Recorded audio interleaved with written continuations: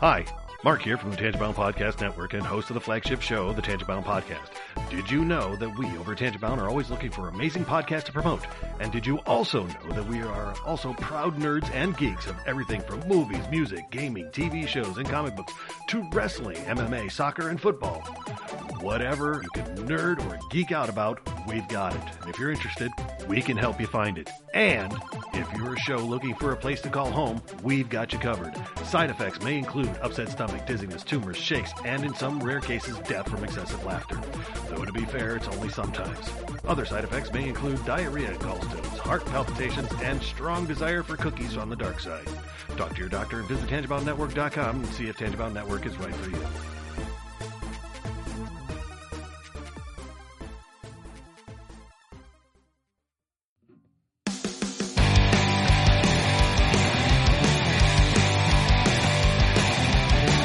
Sucks to the last drop. Are you gonna blow your head off? Take good aim and don't forget to duck. A light sucks every Monday and all the way to Sunday, but I wouldn't have it any other way. I don't care how you're doing, what's up or how's it hanging. I'd like to buy this world one last drink. Life sucks all of the time. Stick it up your sunshine, and then you'll see the clouds every day. And then you'll see the clouds every day. And then you'll see the clouds every day.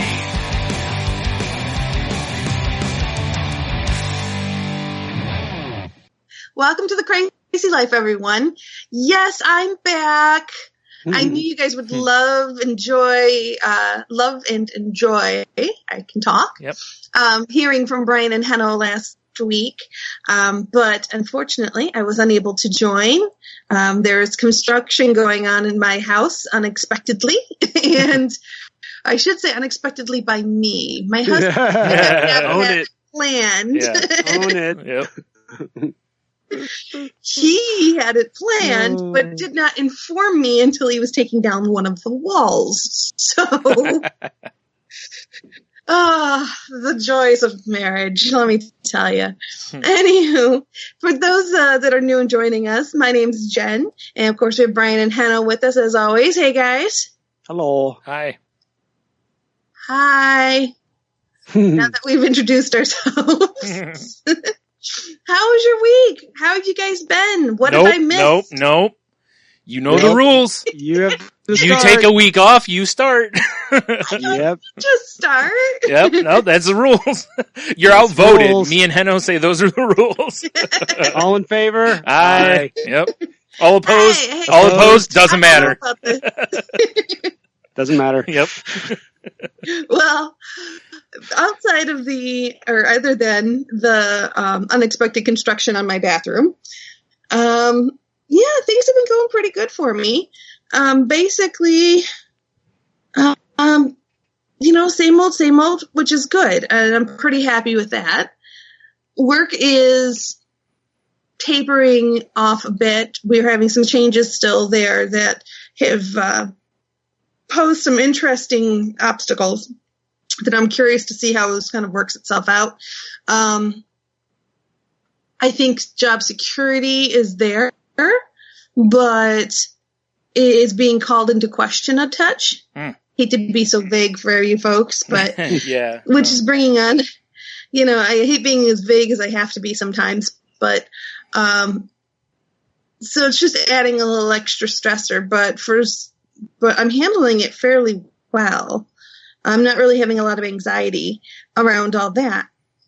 I did find out that home improvement projects flip me out.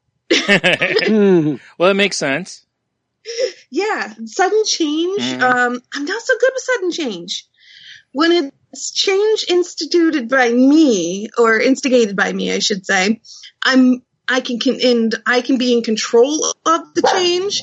It's much easier for me than, a surprise change, like tearing down a wall that was unexpected on my behalf, or by me, I should say. Right. Yeah, kind of flipped out a touch. Had a bit of an anxiety attack in the middle of Lowe's, and I ran into a woman I work with. So she's saying hi, and I'm like way overly emotive, and turn into Sparkle Farkle for those of you who that is. So pretty much hi, how's it going? Oh my God, yeah, we're doing the bathroom, and how are you? And yeah.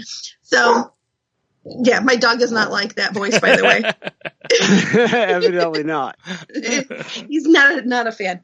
But yeah, so later on Monday when I saw her at work, I kind of explained, because she knows she knows about the bipolar and stuff, and I explained to her, I'm like, yeah, I was kind of flipping out at the time, and I was trying to hold it together, but I know I wasn't nearly as good at holding it together as I wanted to be at holding it together. Right. And she laughed. She's like, no problem. She's like, I kind of figured. She's like, there was a lot going on. And I'm like, yeah, there's a lot going on. So, but yeah, I pulled myself together, and my husband's really great about kind of talking me through that stuff. And the entire time, he didn't take it personally. He made a little joke about it. Nice. He's like, you don't trust me. I'm like, it's not that I don't trust you. It's just, I've never taken down a wall in a house before. My family doesn't do that. Not to sound like we're rich, because we're not, but we pay people to do that for us. Not because we're rich, but because we don't know how to do that. Right. That's my family. We're not home improvement people.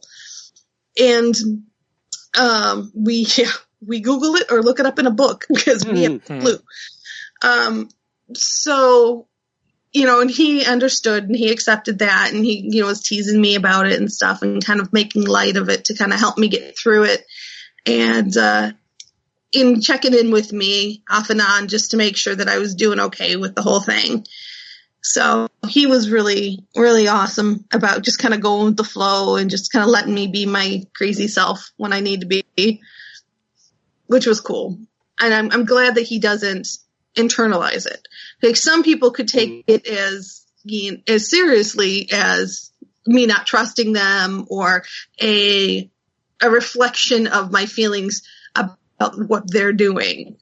And that's not it at all. It's an internal response to a massive change. Right. So thankfully he gets that and stuff. So, and we're taking a break, we got to the drywall stage, and at this point we've held things because he's back at work and I'm at work this week. So it's on hold, and we're going away this weekend until next weekend. So got a little time to adjust and get more comfortable with the whole thing, which is a good thing. Another, aspect I wanted to do is shout out, my friend, or I should say my best friend, has been in a really, really, really dark depression. And she's not been diagnosed as clinical depressed. So I'll make the difference there. She's actually just in a emotional depression versus a clinical depression, which there is a difference. But she's been in a pretty bad emotional depression. And she actually went and talked to her doctor again about it, because she was on a stress med for anxiety and stress. And she went and talked to her doctor about changing things up, because she's like, this is not working for me. I'm going into a bad place, and I need help. Good. So I wanted to do a shout out to her for, kudos to you for taking control. Yes. And not letting the disease, mental disease control you. You're saying, no, I'm controlling it. Yeah. Staying proactive is a great place if you can stay there. That's wonderful. Yeah. And it's tough, because, this is coming from a person who just texted me just the other day.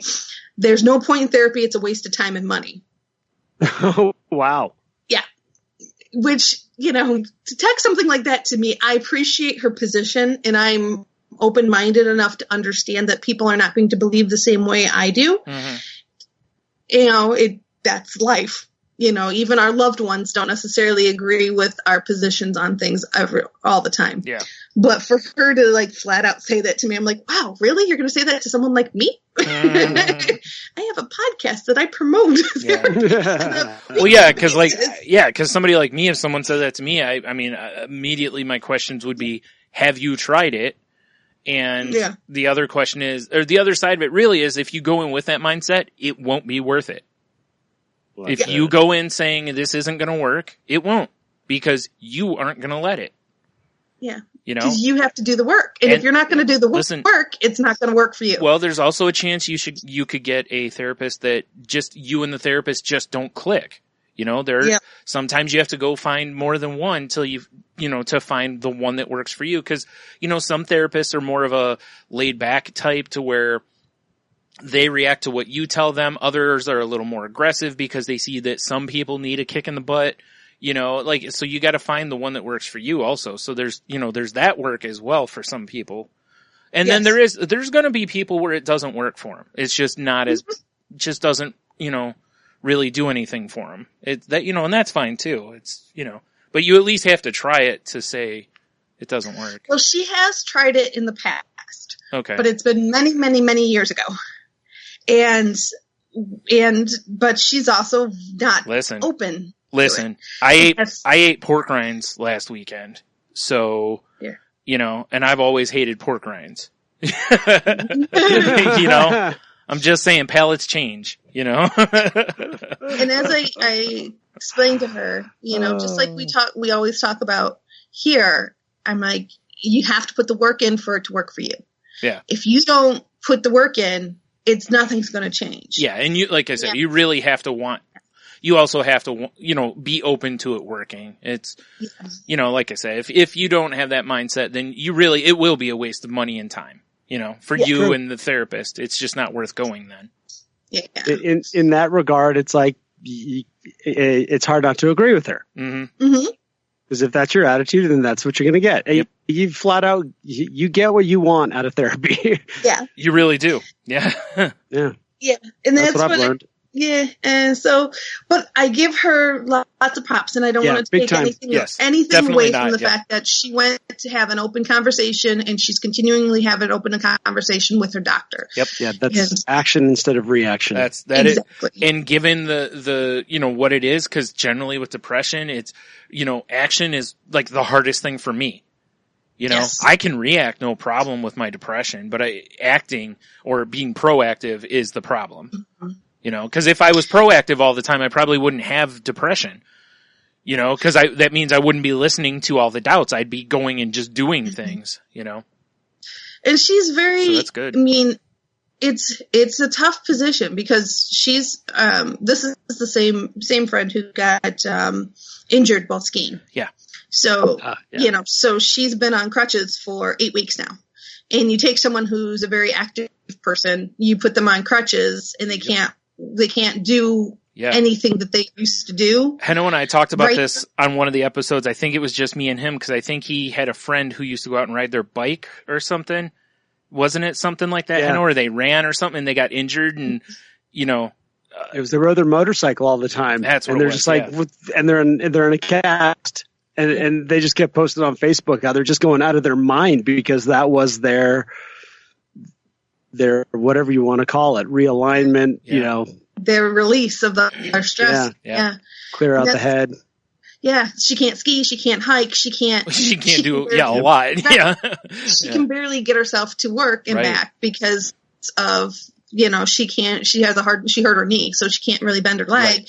So it makes driving difficult. It means grocery stores difficult, laundry is difficult, cooking's difficult. I mean, everything's difficult. She lives by herself. So, little stuff like putting her sock on is a challenge. I understand that. I remember trying, I couldn't even after my knee surgery, I couldn't put my sock on. Man. Yeah. Yeah. And again, I had minor knee surgery, so it was, but there was a lot of times where, there's a lot of days even now, like with my knee just the way it is, that putting socks on is not easy. because it just hurts to bend my knee, and the right way. There is something I did find, and I said to her,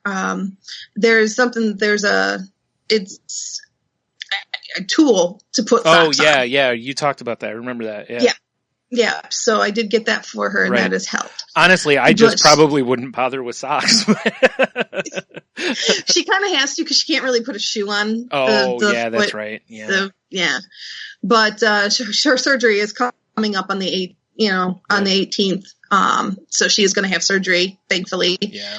And so 8 weeks, she's been on crutches for 8 weeks now, and probably another 8 to 10 weeks. Yeah, after the surgery. I was going to guess 6 to 8 weeks, somewhere in that range. So yeah, that's going to be fun. So that's going to be 4 months of not using her leg. And so then, you can only imagine what the rehab's going to be. Yeah, I was going to say, and after that, she's going to have to go through physical therapy, I'm sure. And that's gonna suck. That's gonna be a toothpick leg when that thing gets released. Yeah. So at this point, yeah, it's by no means is it not justifiable. No, depressed, yeah, definitely. Because I think anyone in the situation she's in would be fairly depressed. Yes. That's just a natural reaction to having that dramatic change in your life of a sudden. Even like somebody like me, I don't do a whole lot, but I was laid up in bed for almost 2 months when I had a really bad, when I tore my meniscus and had a gout flare up, at the same time, basically, to where I couldn't do anything on my left leg, even on crutches. I couldn't move around on crutches because that jarring of my leg would almost make me scream out loud. Well, not almost. It would make me scream out loud. And, in that time of just laying in bed and just watching Netflix, basically, or playing video games, because that is really all I could do, it was, I was going crazy. People were coming over to help me out and stuff, but I was going nuts. So for somebody who's active to go into that place, I can't even imagine it, Exactly. And so, we talk quite a bit. Yeah.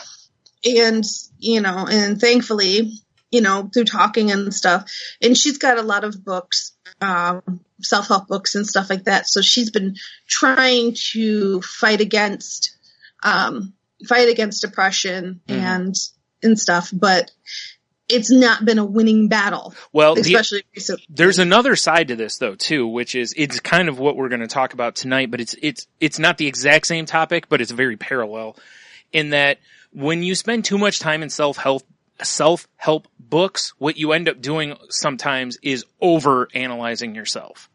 Yeah. And that can lead to negative thoughts as well. So even though you think you're doing something good, really some of the self-help books, some people will read them and they'll compare themselves to what they should be doing. And then they'll look and go, wow, I don't do this. I don't do this. I don't do this. You know what I mean? And in the end, you end up being so negative on yourself that you would have probably just been better off not reading the book. So you have to be careful of that too. A pratfall that she falls into. Yeah. A lot of people do. It's easy to do because it's very goal oriented. Yeah. Cause you think that you're looking at, I need to do these things to improve, but you don't realize what you're actually doing is kind of tearing yourself down, Yeah. So yeah. But yeah, so that's where I've been, and that's where, mentally and physically I've been kind of tied up with all of that and stuff and hanging out with my pets. My puppy is growing like crazy, and as I told you guys earlier, has found that he has a fondness for cat turds, which, yay, that's so fun. Yeah. And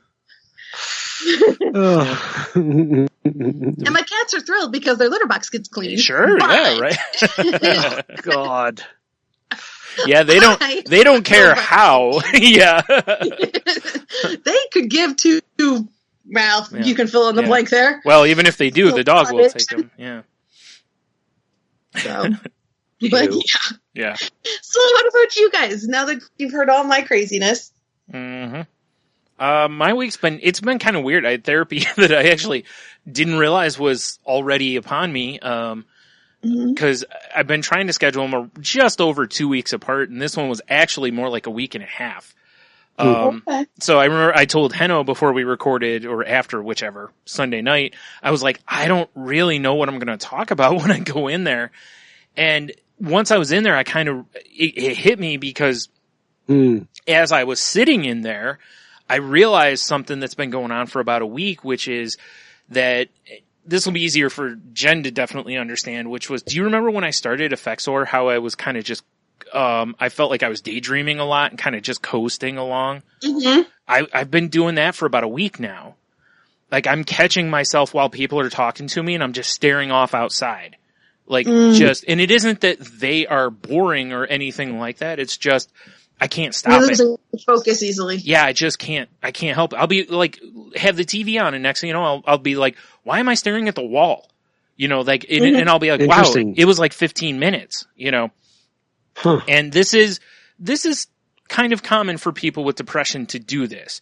It does happen a lot. There's different ways that, you know, there's different levels of it, like disassociation and stuff like that are, you know, a different thing. And I don't think it's quite that, because I don't feel like I'm out of my body. I just feel like I'm just daydreaming.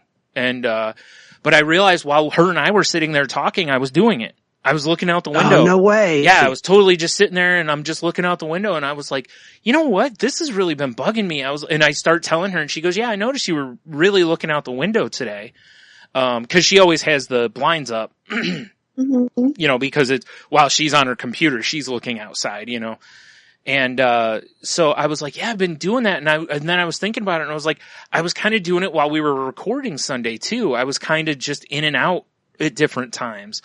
And it's like, I can tell you basically what's going on, but there's times I may not be able to give you details. You know, like I was watching TV and I watched 3 episodes of, I can't even remember what I was watching now. But anyways, I was watching, I saw 3 episodes of a show and I probably couldn't have told you what happened in the episodes, you know? And I was looking right at them. I wasn't on my phone because the last week, I haven't really felt like being on my phone much. I've been, the Twitter rooms I'm usually in, I've been not really in most of them, you know, just not participating a lot. So it's been very weird. And I haven't really had a problem with this since I was on that Effexor, and that was kind of the constant feeling I had on that drug, was that I was just in a fog, you know? And, you know, so we talked about that a little bit to where, you know, when I catch myself in that to, you know, kind of go through grounding things to bring myself back to the moment, you know, go through breathing exercises and grounding techniques to really make sure I'm here instead of just floating around basically. But then, it's something we're going to keep an eye on. And if I keep having it, then maybe it's time to, you know, look at the medication situation, that maybe either I need something, a booster medicine with the antidepressant or, you know, something along those lines. But yeah, it was really odd. Like I said, it was great that I caught myself in the middle of it because I was just like, hey, you know what? This is going on. And I don't like that feeling because it's essentially kind of a numb, just like I was saying, just like you're just floating through things, and it's not good. I don't like that feeling at all because you end up I don't participate in stuff when I'm in those kind of moods. It's like I become more distant, you know, all that kind of stuff. So it's really bad. But on the upside, you know, caught it and, you know, talked to her about it. So, you know, I was proactive about the situation. Absolutely. Once I caught it.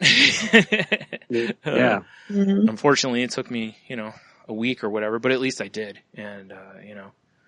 So she gave you some tips and stuff to. Yeah, it was like I said, it was pretty much just when you catch yourself doing it, it's like, you know, and she also asked me, she's like, you know, what do you, she's like, what do you do that you really are passionate about? And which, of course, brings up the problem, which is that I've been dealing with depression for so long and went so long without really looking at it that I've taken most of the things I was passionate about out of my life by now.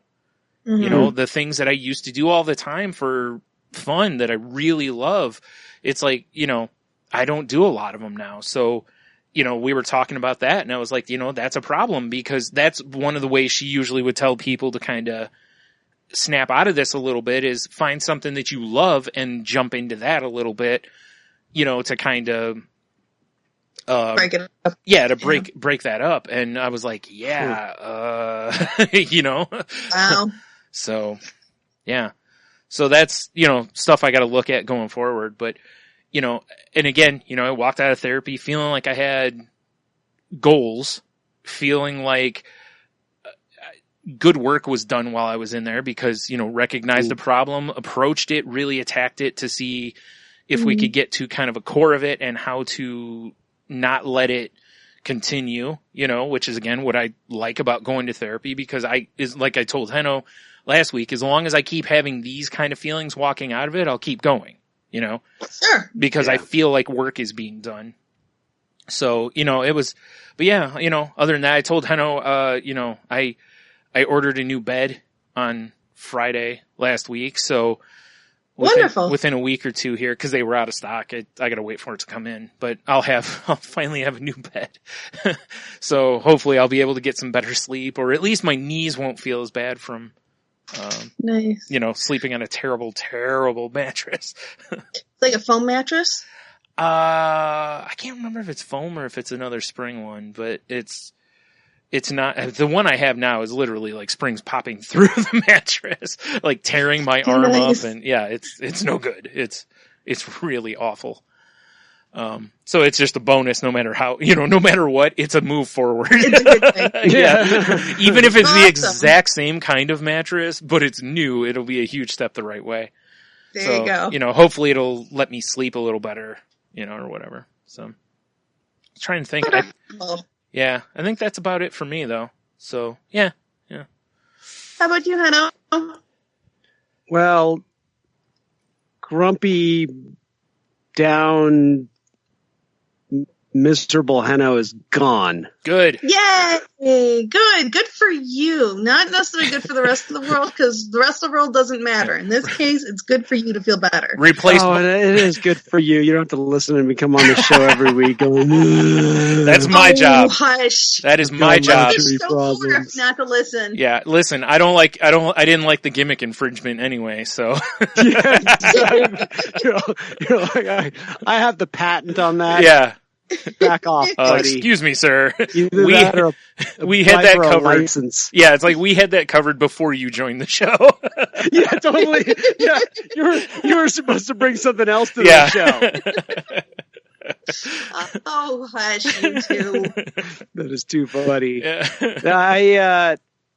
On Friday, on Monday, I woke up and decided I'm going to my bank.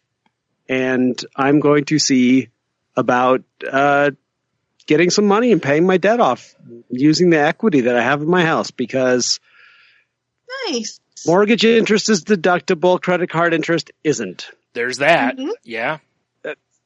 And it doesn't matter what their rate is. It's going to be better than what I've got. Yep. Totally right. It doesn't matter. Yep.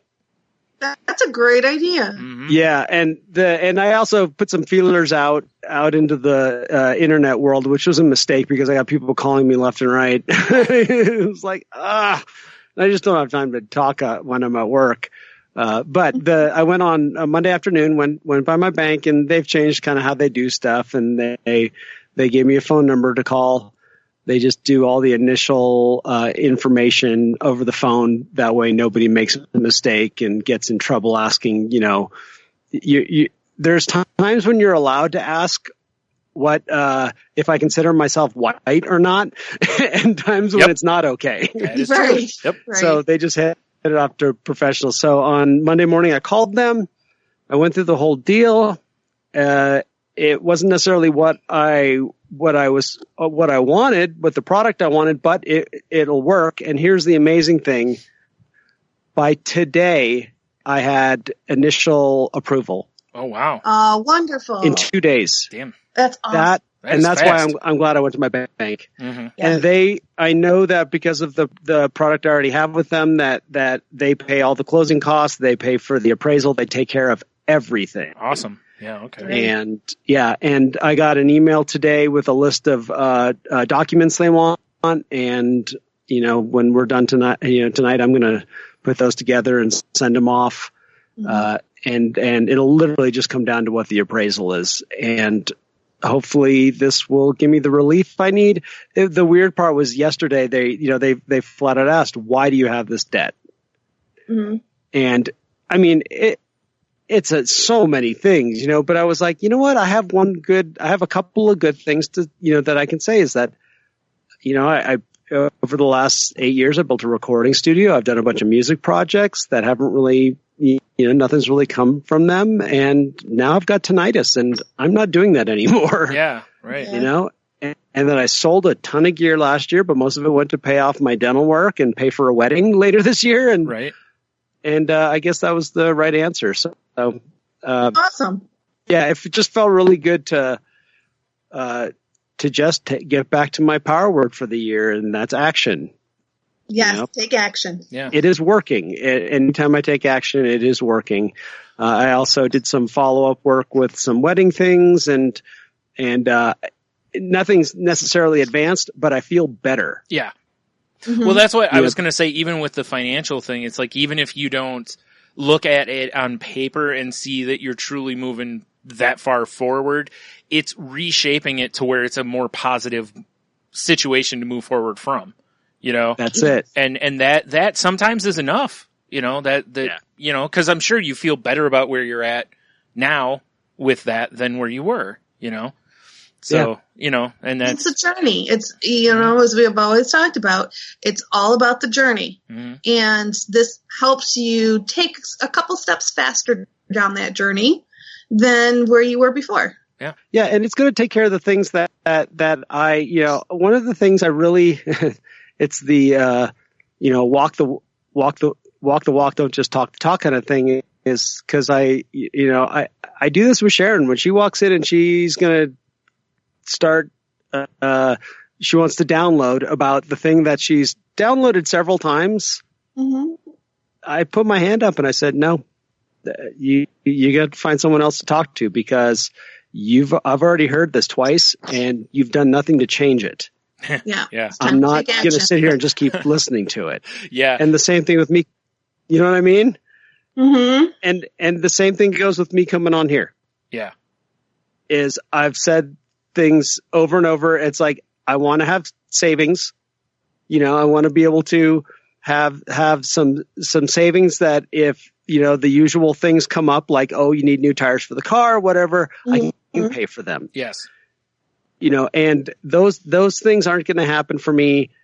These things that most people usually work towards aren't going to happen until I relieve some pressure and take care of this. And, do I want to do this? No. The alternative is filing for bankruptcy. I have never wanted to do that. Mm-hmm. And like my friend Mary Beth said, the first time I had to liquidate my retirement for something, she said, hey, be proud of yourself and be happy because you have it and you can do this. Yeah. And that's what I was reminding myself is that I have the equity in the house because I made some good financial decisions a few years back. Take advantage of it. Yeah. That's awesome. Yes, exactly. So it's as much as I with anything, I always want to beat myself up. It's my first reaction. It's where I go right away. And I'm trying to reframe it to be proud of the fact that I have made decisions that allow me to do what I'm able to do right now. Mm-hmm. Exactly. And it doesn't matter whether I did it now, I should have done it a year ago, none of that matters. All that matters is today I have an opportunity to do it. And that's that. And it's helped me with my mood a lot. Oh, I'm sure. Yeah. And I'm sure. Yeah. Like even what's wild is, I know you guys will relate to this. Last week when I stayed up a little late and got up really early, I was really tired all day. This week when I stay up a little too late and get up a little too early, I'm not so tired. Yeah. Well, yeah, you don't have as much mental fatigue on you with, Yeah. Yeah. Yep, exactly. It really does. It's that thing there. We often right away go, oh, am I not feeling well? How am I eating? Da-da-da. Well, where's your mental state? Yeah. Mm-hmm. Are you in a good place? Because that creates fatigue. Yes. Just like physical things do. It's exactly why, like for me, no matter how much sleep I tend to get, it most of the time never feels like enough, because a lot of times I'm mentally beating myself up a lot before I fall asleep, you know, and it's harder to recover from. Like, it's so much easier. Like, if I went and just beat myself up physically, it would be so much easier for me to recover from than the mental part. It's, you know. It's amazing how much energy those hamsters take up in your body. They're running on the wheel. It is, yeah. Man, those little suckers, they just run. Zap your energy like crazy. Yep. Yeah, so, yeah, that's, and, you know, so that's, you know, Brian and I literally just podcasted not too long ago, and to have this kind of a change, yeah, you know, you know, when this comes out, it's basically a week. Yeah. It was less than a week. It's a great reminder for me. And it goes back to what you started with your friend, Jen. Yeah. It's way better to be in action than reaction. Yeah. Exactly. Definitely. So. Exactly. I think that's a great point for the show. Is, you know, as we've talked about it before, in, you know, action is definitely a good thing. But it kind of segues into what we're going to talk about today, which is goal setting and taking action on those goals. Sorry, I have to bring up the account here. My puppy has decided that he wants to play with the cat, and the cat does not want to play with the puppy, so I apologize if you hear any random noises in the background. That is them disagreeing, shall we say.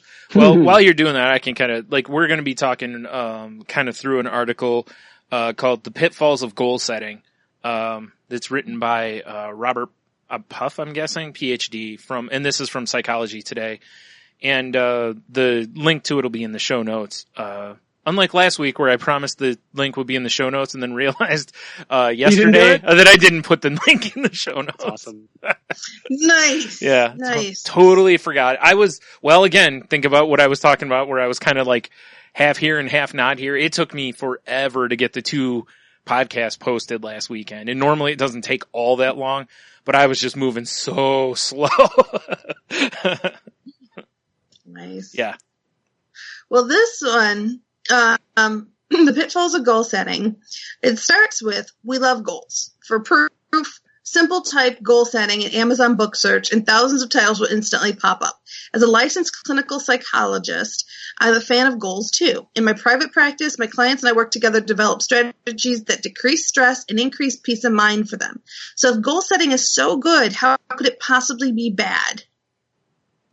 You know, we've talked a little bit about it, touched on a little bit on this before, and kind of what you were saying, Brian, that if you get too many goals going, too many to-dos, that it's overwhelming and it's an anxiety attack waiting to happen, basically. Yeah, because it looks like a mountain. A small list. Yeah, it looks like a mountain to overcome instead of, you know, a molehill or whatever. And that's why I shrink all my to-do list down to about 4 to 5 things now. Even though I have one that's got everything on it, I have one that's more of a, these are what are going to happen soon. So happiness is the goal. I think you would agree that one of the most important objectives of goal setting is to make us happier. We set a weight loss goal so we'll look and feel better. We develop an income goal so we elevate our standard of living. And we create a relationship goal so we can meet our partner of our dreams. But through the process of identifying and working towards our goals, we may actually wind up creating more stress in our lives. In other words, goal setting gone wrong can actually result in less happiness, which is the exact opposite of why we set them in the first place. There you go. Which is kind of what we were just, mentioning. Yep. Or like I mentioned earlier about with self-help books, it's the same idea that you can, get into an over-analysis situation to where, again, we did a show on paralysis by analysis, and that's if you're analyzing everything you have to do in life and you're not moving, you're just writing a bunch of stuff down. So it's better to just write 4 or 5 things down and move on them than to write 40 things down and not move, or move backwards because you're not actually doing any of them. And I think, ties in kind of what you were talking about even, Hanno, today, which is taking steps. You can't necessarily accomplish the goal all in one fell swoop to be successful at it. I would consider what you've done is taking a successful step towards your goal and recognizing those successes and embracing those successes and not look at it as, man, I still have this debt. I just transferred it. It's like, no, that's not the point. The point is, you have a lower interest rate. You can take it off your taxes. It's just, there's so many benefits to doing what you've just done that it's not just transferring debt. It's easy to say that, but it's not the truth. The truth is there's a positive step that you've taken. So exactly. Yep. Taking those steps. They're steps towards goals. So goals can keep us from enjoying life. When we dwell too much on goals, we become preoccupied with their achievement or lack thereof, rather than focusing on the life that is unfolding before our eyes. Our attention is turned inside. That is to say, we become preoccupied with our thoughts. We are thinking constantly about what we have to do more of, or what we're doing right, what we're doing wrong. For instance, imagine your best friend Sally has set a goal to find the perfect romantic partner. One night you're meeting Sally for dinner at a favorite restaurant. The next table is a couple. The two are clearly having a great time. They look lovingly at each other, laugh, and gently stroke the other person's hand from time to time to demonstrate their affection. When you notice the couple, you're mainly focused on having fun with your best friend over a delicious meal. Meanwhile, Sally is struggling to enjoy herself. Her gaze constantly shifts towards the couple. She has difficulty following the conversation you're having with her. Finally, she confesses, I'm having a tough time tonight. When I look at the couple next to us, it makes me feel lonely and sad. Rather than taking pleasure in the meal she's having with her best friend at her favorite restaurant, Sally is distracted thinking about her goal of finding a soulmate and how far the objective seems away. So, folks, hard. How often do we find ourselves in this position where we have a goal set for ourselves and we see someone achieving their goal, and it's natural. You get jealous, you get wistful, you get, envious, and you feel sad because you're comparing yourselves to them. Well, the problem is really that a lot of times you see other people achieving your goal. Yeah. I can totally identify with this last one. I don't know how many times when I'm out, I see so many, like when you're single, you see nothing but couples, basically, and as a result, I see it all the time. And then you start going, well, why can't I find that?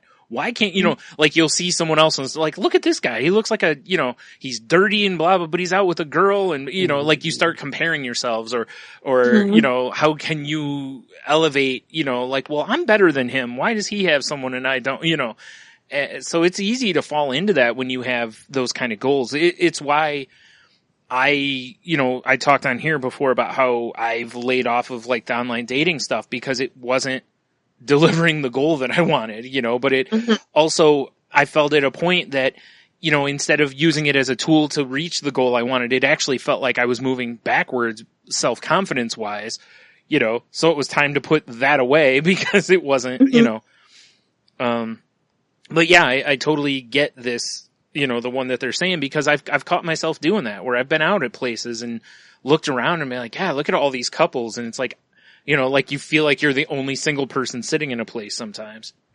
Sure. And it does. It makes you sad because you see everybody else paired off and you're like, well, I guess I'm alone,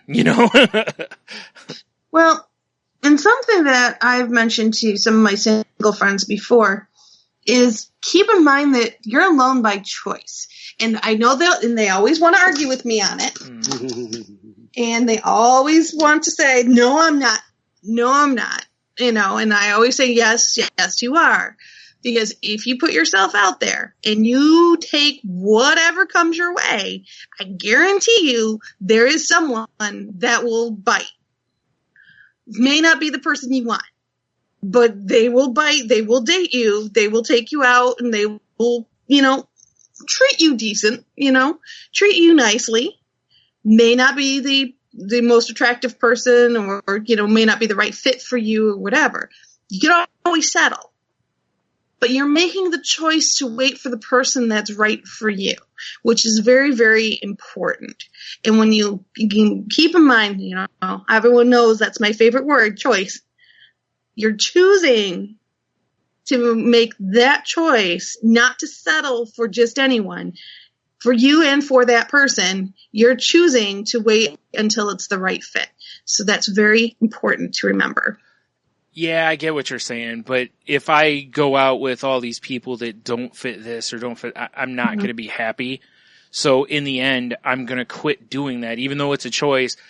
Your goal is happiness. Those things don't push you toward happiness. So they no longer feel like options. I know what you're saying. Semantically, you're right. You do have a choice, but generally what people mean by I don't have a choice is I don't have a choice that fits my ideal scenario or fits my happiness. And I don't have a choice I like. Yeah. And that's the problem because I could probably go out with somebody, but that's not really fair to them either. Like I go into a whole bunch of other things with that. So it's like, and it is, it is a choice. I could be on dates, but if I don't feel like that's moving me towards happiness, I'm probably not going to do those things because why waste my time, other people's times? There's so many reasons not to that it becomes. But you are assuming. But it also, until you go out with someone, you don't know.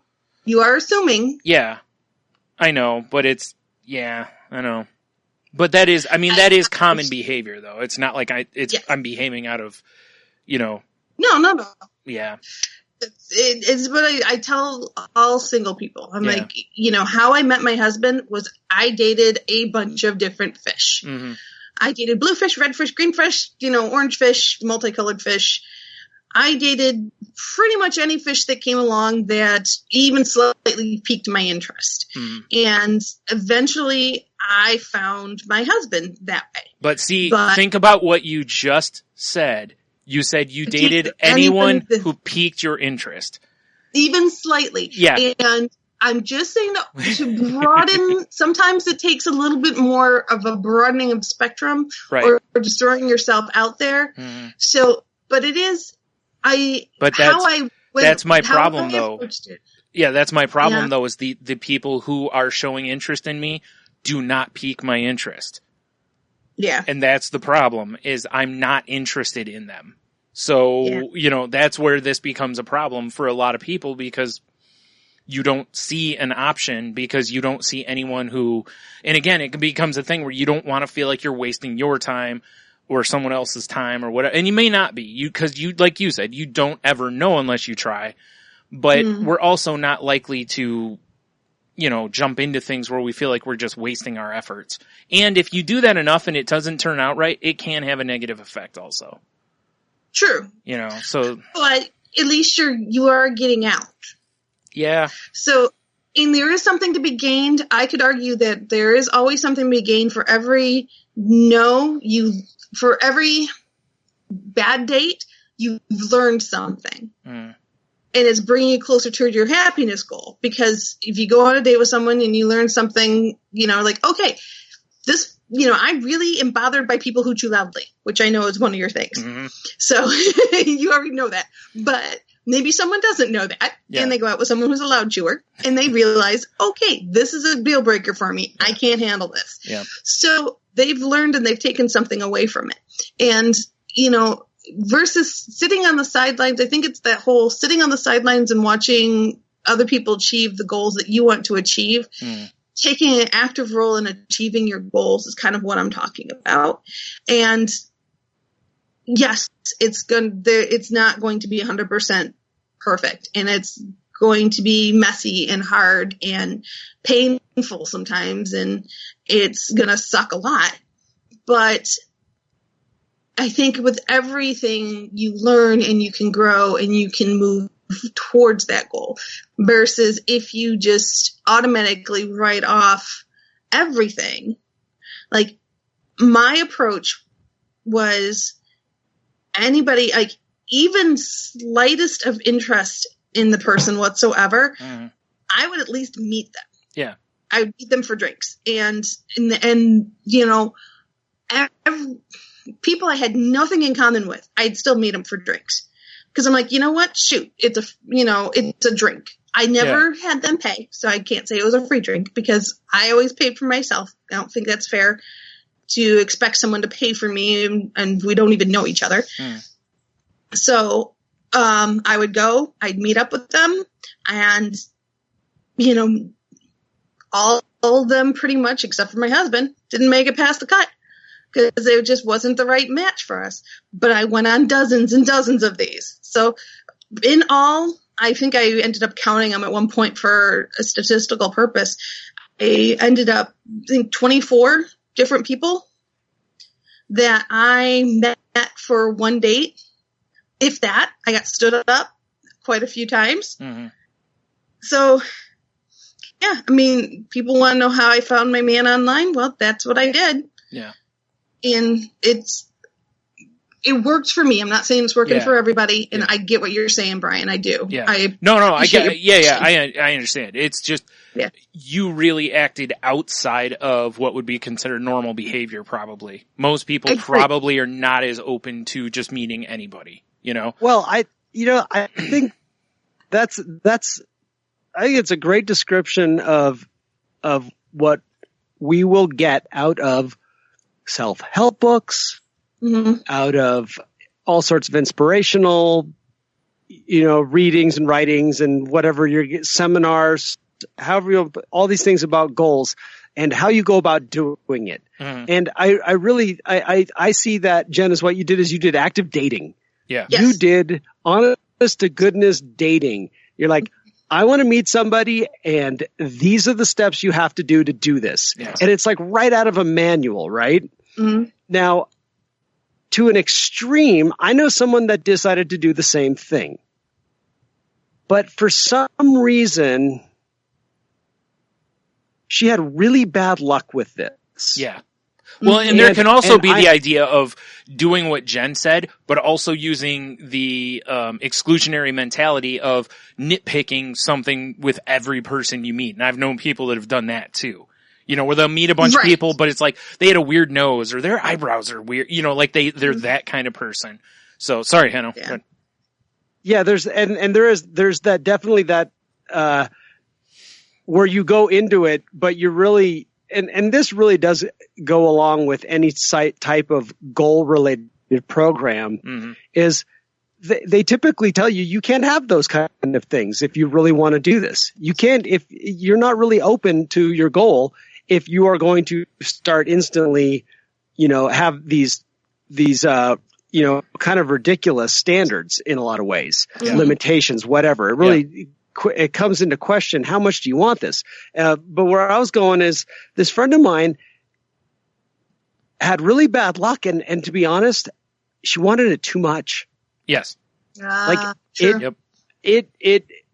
I was uncomfortable around her because it really felt like it felt like someone that was desperate. And and you're right. And there is an actual smell of desperation to people. Yeah. And she wasn't, she wasn't desperate. Yeah. She just really wanted it and really, and I think it's one of the things that this article talks about is where the goal gets in the way of your daily enjoyment. She was miserable more often than not because it was working against her. And that's kind of what I was getting at. Yeah. It stinks that it can work that way with the dating thing too, cause I've seen people where they are out trying.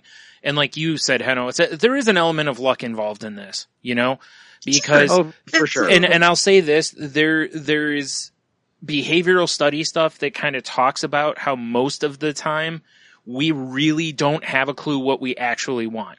That we generally will end up with someone who does not meet. If you wrote down your ideal person, you'll end up with somebody who doesn't quite fit that image, because, with many things, our brains lie to us all the time.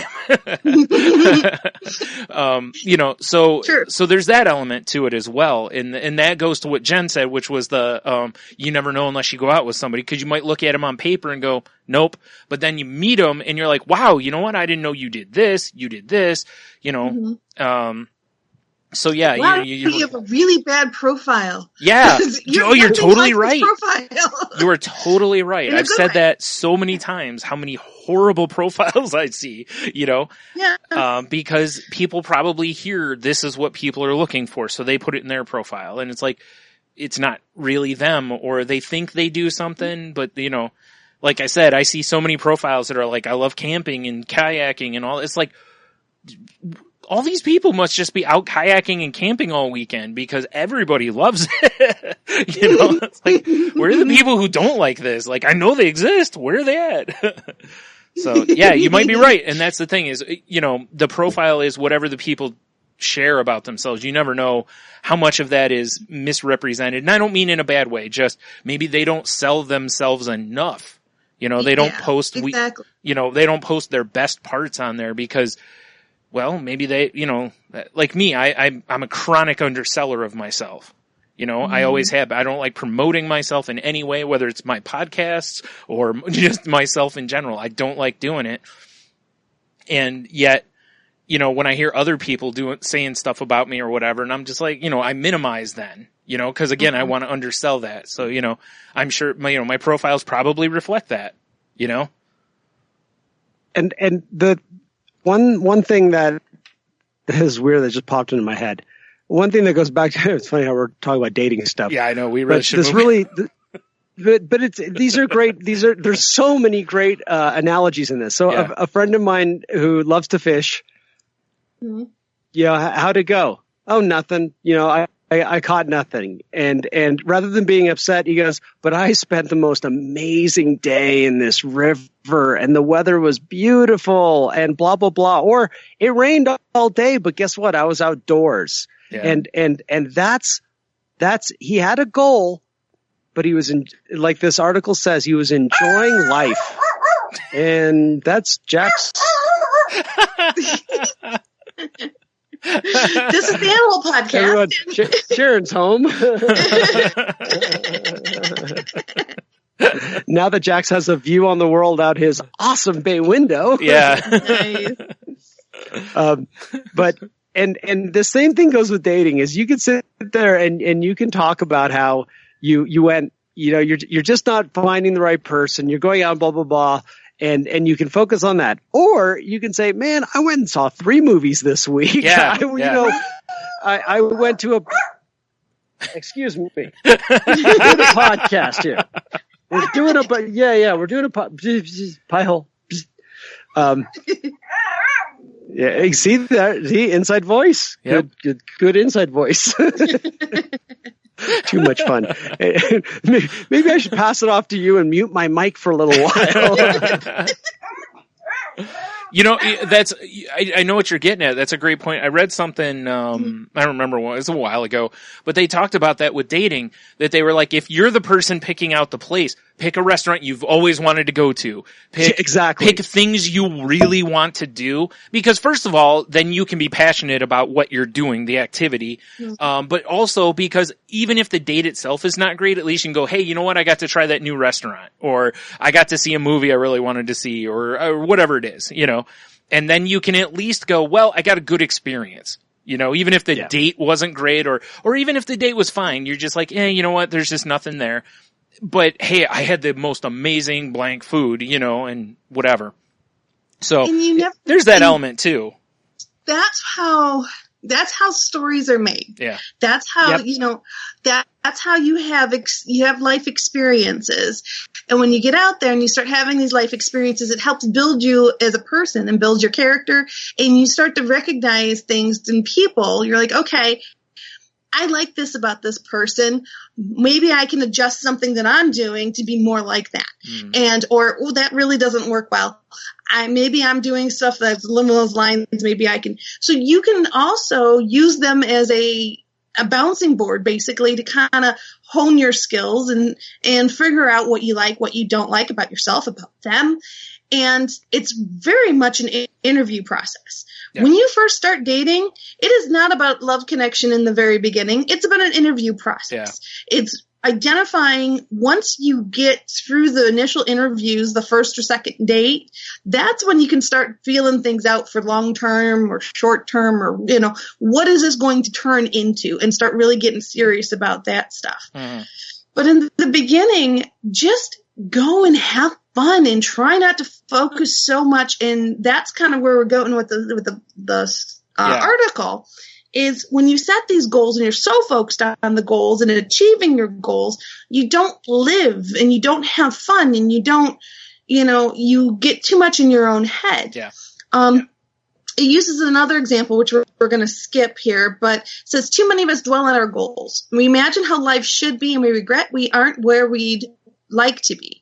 We create countless what if scenarios. What if I had that job, that house, that boyfriend or girlfriend, that child? The list is endless. Instead of appreciating what we have now, we're thinking about the goals we need to accomplish, and we become frustrated if we haven't achieved them. Yeah. Well, a great example real quick is, people who obsess about wanting to be in a relationship. It's like, instead, just be thankful that you're not in a bad relationship. Exactly. I have a friend that says that all the time. Yeah. Like, where you like of all the things that you wish you had. Well, hey, how about the list of the things that you're happy you don't have? Yeah, exactly. Yeah. Because there's a whole lot of them, and he loves to bring that up, and I always get a good laugh at it, because he's like I can give you a big list of things I don't want right now. Yeah, exactly. Yep. That I could have. Exactly. Angela, when I was doing that podcast, always brought up this idea of don't go on the vacation when your body looks like you want it. Just go on the vacation. Yeah. Yep. So many people will say, I'll go on the vacation when I have my bikini body, or when I have this, or when I have that. It's like, no, go on the vacation. And it's interesting that she would say that stuff. And I'm not trying to just totally pick on her, but mm-hmm. Her and Sharon are really big fans of vision boards, this type of visioning, especially at the beginning of the year. And it really becomes an active meditation for them. Yeah. One of the things that Angela really believes in is manifesting, and Sharon does too. That they believe that they can manifest something in their lives.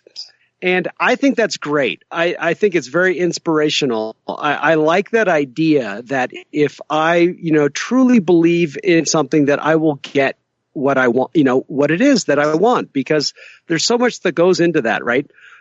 But what's really interesting is as the people involved with the partners of these two people, and that's me and Angela's husband, Rob, he and I don't do this. I have actually avoided doing it, because I do like what this article talks about. Is I like watching the life that is unfolding right here and now in front of me. Now, that's not to say that I don't have visions and goals. Right. I do have things that I'd like to do, but I do not want to get so focused on them that I miss the things that are happening around me. And I've seen people manifest themselves right past what they were looking for. Yeah, I can see that. Sure. And you don't recognize it when it comes your way, because you're so focused on looking in the future. Exactly. Mm-hmm. And that's just my philosophy. I've enjoyed all the vision board stuff, and the exercises are fantastic. Mm-hmm. But I'm just not going to live day to day that way. I don't find that enjoyable. Right. Yeah. And there's a chance that you can miss something along the way in this too. Like you were saying, how you can manifest yourself right past it. It's like you could also manifest yourself past other good things, because you're so laser focused on that. Well, going back to the dating example, I have to find that long-term person. Well, maybe you miss out on somebody who might be awesome for a year or 6 months, or maybe it'll be somebody that'd be a great friend. Exactly, a great friendship. And you just blow right past it because you just immediately, nope, not long-term, and you just, that's it, I'm done moving forward, And maybe if you had gone out on 2 or 3 dates, you realize the same thing, but you go, you know what? This is kind of a person I want around, like I want to be friends with this person. And that can happen too. And, so again, it's, don't, like this says in here, it's like, don't focus on your goals 100%. And I've mentioned that too, how I have long-term goals, or the big picture goals. And then I've got short goals, and the short goals are all achievable type goals. But like all of this and any of it, whether you use the vision boards, you have a to-do list, whatever, or you use Henno's method, all of it requires the exact same thing for achievement. And that's activity. You have to be active for these things to happen. We've talked on here before. Mm-hmm. You can't just stand in place and expect the world to just deliver everything at your feet. It doesn't work that way. It'll just keep on moving and keep on doing everything else and ignore you. Yeah. So if you want these things, you have to act on them. Exactly. And one more thing I wanted to throw out there about dating, which I've mentioned before, but I always remind people. The person you go on the initial date with, maybe they're not the right exact person. But you know what? They have a lot of friends, and their friends share their interests. So maybe the person you're talking with may not be the exact person, but becomes a friend because you have enough in common. Mm-hmm. You'll meet his friends or her friends.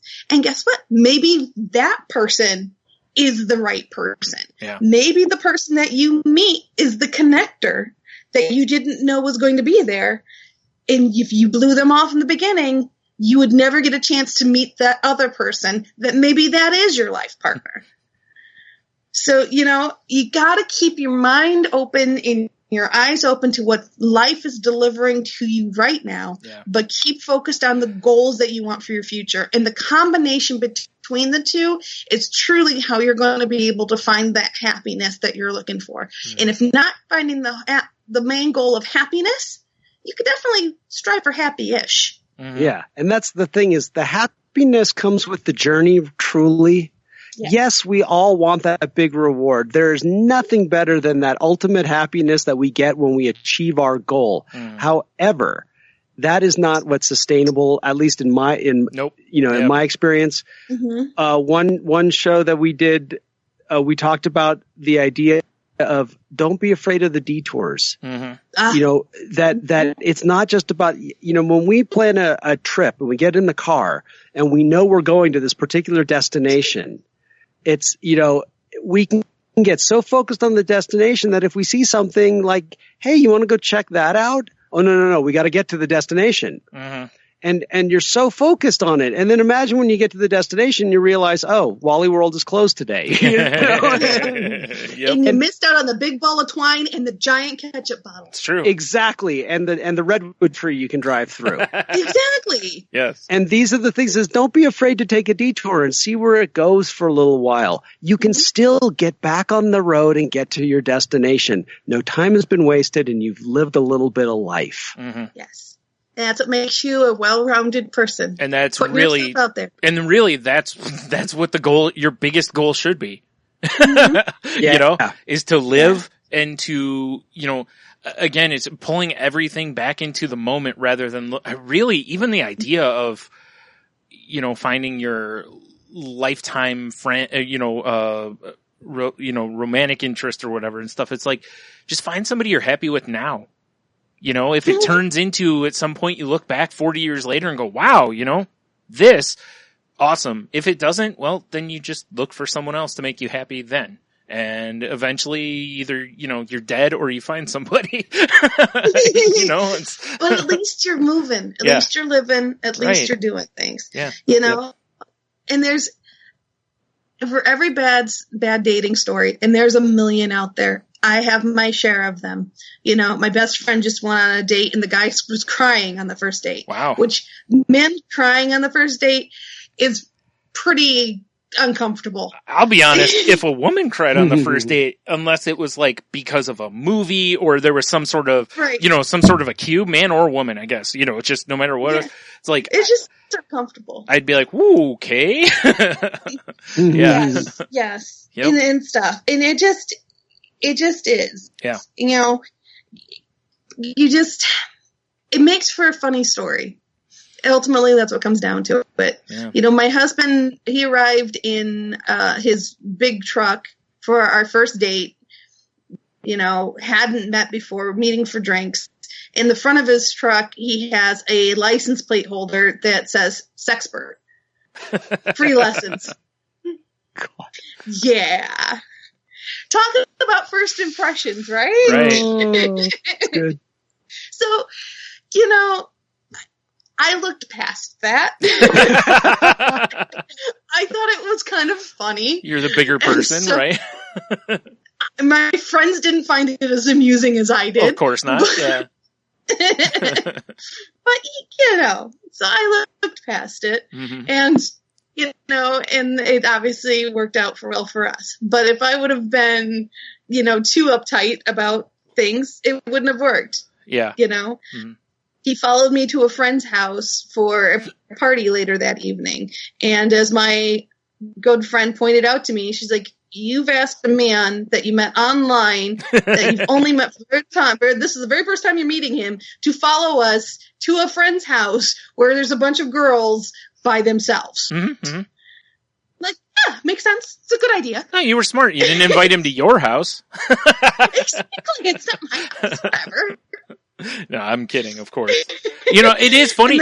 We've talked about that before, though, how I've talked about that with people about how there's some of the things with dating that it's amazing how people just overlook things that when you take a step back and look at it, you're like, this is actually really crazy. Like I said, anyone who has someone else pick them up for the first date, you're at their mercy, and it's like, you've never met this person, but pick me up. It's like, to me, that just seems so weird, Now, granted, most of the time things work out fine, but it's just like, Well, even if they have the best intentions in the world and they're not nefarious, that they're just a good guy or a good gal, just picking you up, no problem. Yeah. But then you're stuck with them. Right. You're stuck with them for the entire evening. Yeah. There's no out for you. Well, I mean, there is, if you count, there's taxis and Uber and, there's all that kind of stuff. But yeah, I get what you're saying.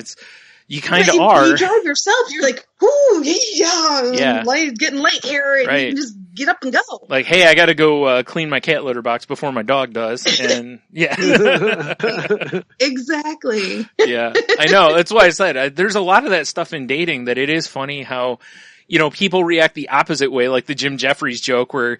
The woman gives him the ride home and calls her mom beforehand, to give her his name and all that stuff. It was like, just in case I don't call you later, and it's like, some of that stuff seems ridiculous, but it actually doesn't, I've known female friends who've left information with other people because they're meeting someone for the first time.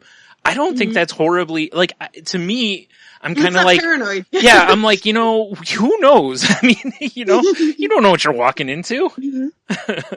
I mean, in my dating experience, I met some weird people. Right? That's what I'm saying. Some weird people that I didn't necessarily feel like I wanted to be sitting at a table with them. They were that weird.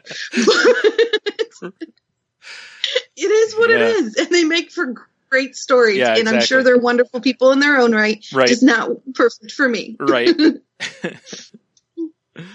So, well, with that, I think we've kind of discussed the topic pretty thoroughly. Yep. What do you guys think? Yeah, I think so too. Mm. We good? Mm-hmm. All right. Well, if you want to continue the conversation with us, you can reach me on Twitter at Jen's Crazy Life. That's Jen with a G.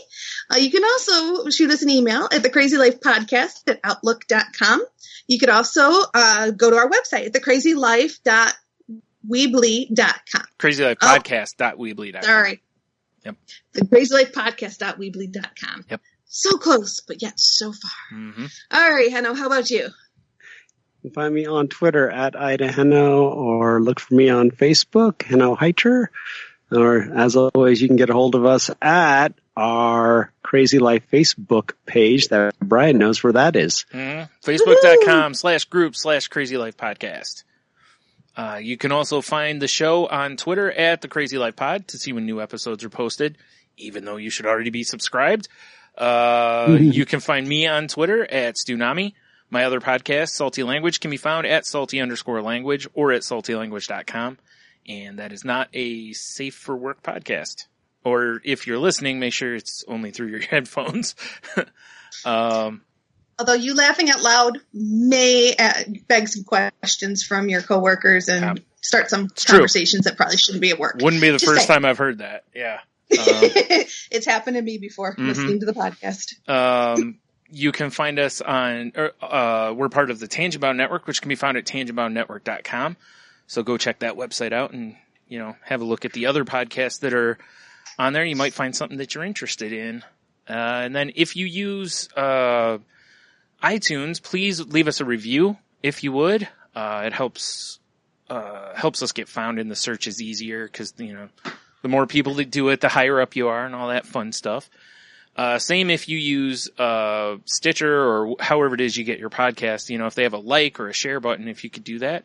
Or, if you feel like it, retweet the tweets that we post with the show link and stuff, or share with your friends. We greatly appreciate it.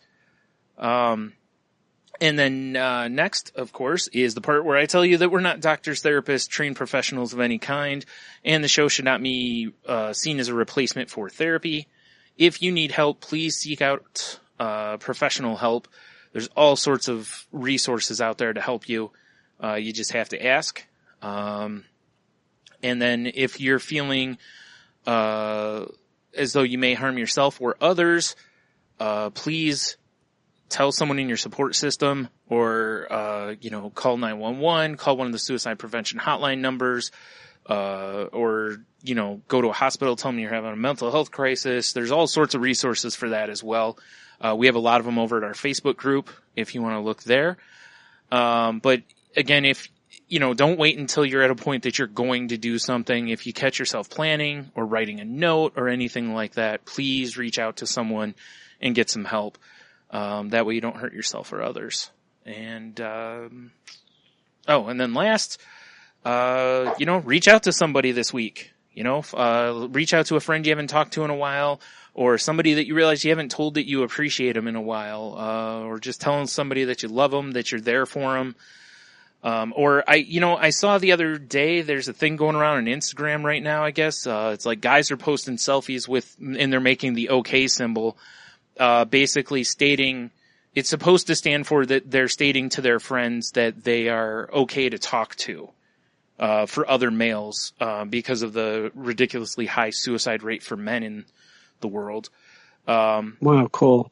So you don't have to do something like that, but just let your friends know, hey, if you ever need to talk, because especially with guys, I know a lot of us don't do that with each other. We don't tell each other, hey man, if you ever need to talk, I'm here for you, so, let's end some stigmas and such. Yes. Let's end I'm hugging you, but I'm hitting you. Yeah. The old deal. We call it the double tap. Yeah. Yep. The double tap hug. Yep. Double tap to the back. Yep. Exactly. It's like, I'm hugging you. I'm hitting you. I'm hugging you, but it's cool because I'm hitting you. Yeah. Yeah. Just hug. It's okay. It's nice. Yeah. To quote Leo Buscaglia, hugging is nice. Love that man. Highly recommend. Listen to his podcast, or listen to his speeches. Podcast, silly John. Wouldn't surprise me in these days. Well, he's dead, so it would surprise me. No, I was meaning it's like someone made his speeches into a podcast. Like something like that wouldn't surprise me. Yeah. Yeah, his lectures. Yeah, I could see it. Yeah. Love that man. So inspirational. You want to talk about great stuff, but another topic for another time. Yep. With that, everybody, have a great week. I know it's a lot of pressure, but make sure you breathe, wiggle your toes, reach out and say hi to somebody. You know the rules. You know the drill. See you later.